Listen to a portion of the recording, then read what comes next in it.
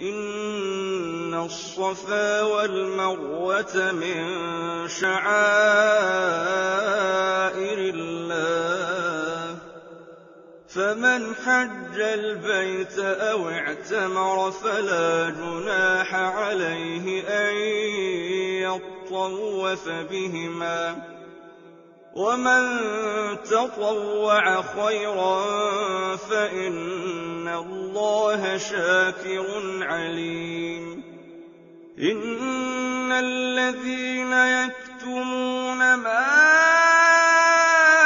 أَنزَلْنَا مِنَ الْبَيِّنَاتِ وَالْهُدَىٰ مِن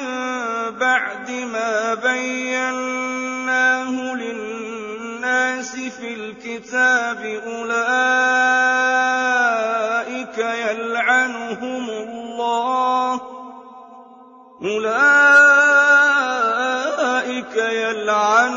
اللَّهُ وَيَلْعَنُهُمُ